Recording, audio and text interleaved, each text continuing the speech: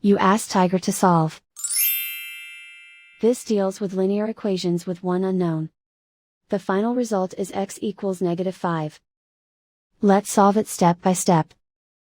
Group all constants on the right side of the equation. Subtract 35 from both sides. Group like terms. Simplify the arithmetic.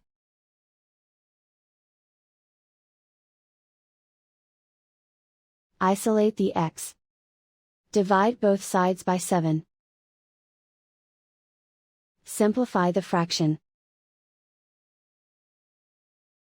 Find the greatest common factor of the numerator and denominator. Factor out and cancel the greatest common factor. And so the final result is x equals -5.